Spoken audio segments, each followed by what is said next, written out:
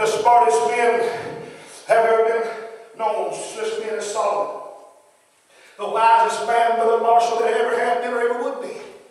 The Bible said there was no man with the wisdom of Solomon. God said there shall no man after thee have the wisdom that I've given you. Think about this. But there toward the end of his life, sin. The love of women, the lust of the flesh. Come on, begin to get a hold of him until he was offering sacrifices in temples of pagan gods. Come on now. And God rent the kingdom from his son. And it was divided because Solomon didn't keep God's holy law. Oh, yeah, I believe Solomon turned around and wrote the book of Ecclesiastes later and said, man, I made a mess. But I want you to know that no matter how smart we think we are, no matter how we think we got it figured out or not, the wisest men in the world, when they went out on their own, Brother Miller, were no match for the devil. When they started playing with sin, and you can read out the book of Ecclesiastes, Solomon told it, Brother Marshall. He said this. He said, I decided. He's talking, I made choice. He said, I'm going to go and acquaint myself with wine, and I'm going to get drunk, and I'm going to try to hold on to my wisdom the whole time. I'm going to see how this works out. He began to tell us how that he got himself treasures. He began to get himself women. He got himself everything that looked good to him. What Solomon was saying was, I was trying to see what it was all about. I was trying to enjoy it. I was trying to figure it out. But at the end, when he looked over the whole thing, he said this. He said, vanity, not vanities.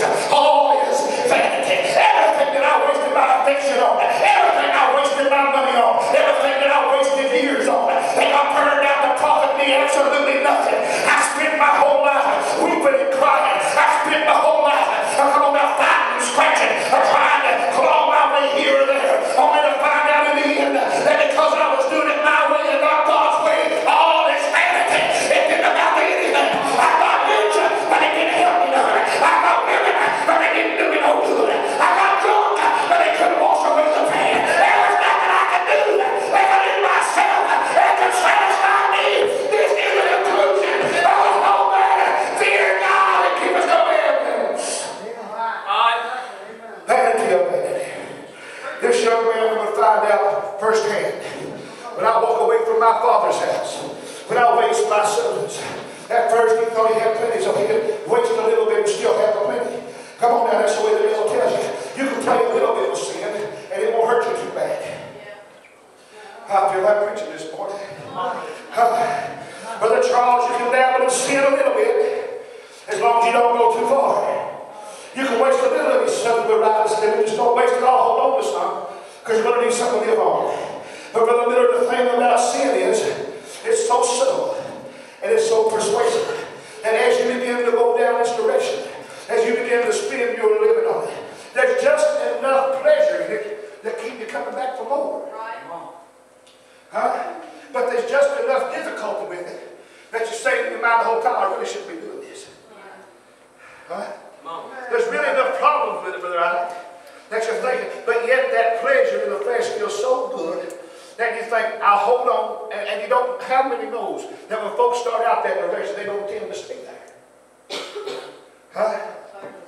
Come on. Those that start out just partying with the ladies, calling on Friday nights when they go to stay all night with a friend in their teenage high school years. Come on now. Get a little drunk, do this, that, a little rowdy. Well, they only want to do that once in a while. Come on now, maybe just here and there. Those of us going to do it on occasion. They want to drink, they might just do it socially.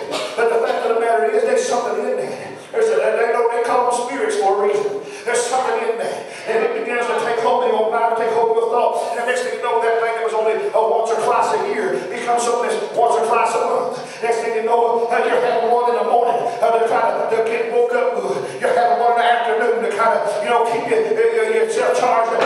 You're having a nightcap to try to get you back to sleep. Now, come on now, to try to rest and wind down from the day. And the next thing you know, that's what you're drinking. You're drinking a beer, you're drinking soda like you would soda pop. You're finding yourself in a mess. I don't know why I'm preaching at the end of the day, but I want to tell you, in every capacity, sin works the same way.